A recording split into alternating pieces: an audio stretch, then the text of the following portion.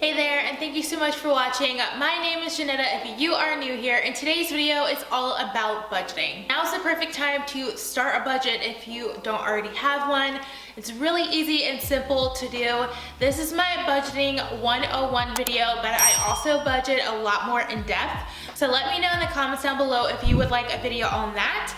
If you're ready to get started, grab a notebook, a pencil, or a pen, your coffee, and let's get started. So what you need to start with is to remind yourself to not keep up with the Joneses. That does nothing for you but make you stressed, and your budget should just be your personal thing. It has nothing to do with your friends, your family, your coworker. It is your personal budget. So just because your coworkers work at the same job, they might make a lot more or less than you, and then additionally they might have different expenses than you. So if you see someone always getting a brand new bag, brand new shoes, new makeup all the time, they might be in a lot of debt, and on the outside they may look like they have a lot of money, but in reality they don't. So keeping up appearances does nothing for you. Just keep that in mind when you're creating your budget.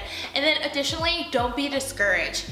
Whatever is going on financially for you right now is not where you're gonna be 5 months from now, 3 months from now, a year from now. As long as you take the steps now, it will pay off in the end. So the easiest way to create a budget is using the 50-30-20 rule. And this is a rule that I started using a while ago before I modified it into my new extreme budget. So the 50-30-20 rule says that 50% of your monthly income should be broken out into your essentials. And essentials are things that you pretty much need to live day to day. So this is your rent or your mortgage, your car because you need a car to get around, right? This also includes utilities, and then also your credit card monthly payment. Without paying any of those things, you'll be homeless, without a car, and you'll be in a lot of debt. So those are your necessities, things that you have to buy every single month. Then 30% of your income should be spent on things that you want.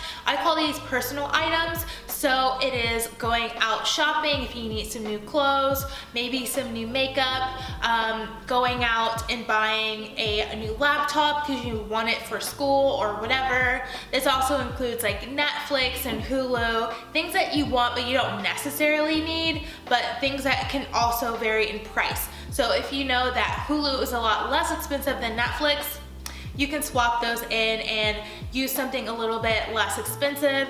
You can also get a less expensive laptop than getting the top of the line MacBook. And then 20% of your income should be utilized for your savings and your debt. So what I mean by savings is, for example, if you have a 401k, you want to put more money in that. If you have any kind of investing, if you want to just add money into your bank savings for a new laptop, and then additionally, if you have any money left over each month, then you will move that money towards extra debt. A big thing is that your expenses should not be more than your income. So your net income that you take home each week, each month, that number should be higher than your expenses. If your expenses are higher than your income, that is a big problem. And then you can easily figure out by creating a budget where you need to trim the fat, so that way you are having extra money in reserve each month and you're not living paycheck to paycheck or living in debt. Before we get into your budget breakdown, I have a little tip. If you cannot pay it off right away on the spot or within a couple of days, don't put it on your credit card. That just adds extra debt for you, and that's an extra stressor that you don't need in your life. Again, it kind of ties into the keeping up with the Joneses. I know me personally, I would love to have Louis Vuitton, I would love to have Dior and Chanel, but if I don't want to be in debt, I'm not gonna pay for it.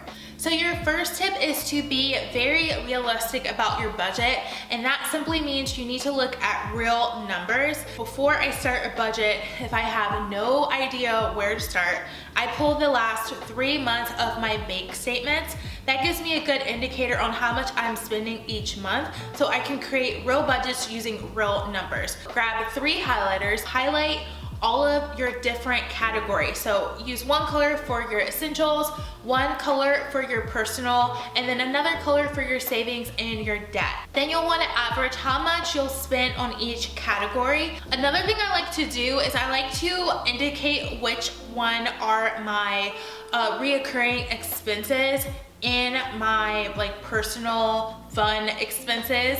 So I'll go and I know Netflix, Hulu, those are all reoccurring, but if I go shopping, I don't do that at a set time each month. It just depends. So everything that's reoccurring, I just mark a little R next to it. All right, now that you have all of your categories highlighted, we're going to break out our calculator and sum everything up. What you want to do is create an average, a real average of how much you spend each month on each category. So grab your handy dandy notebook. I like to get super granular. If you want to make this really easy on you, then do that. But if you're interested in my budget 102 video, then you definitely want to break this down because it's going to be handy later on as you adjust your budget.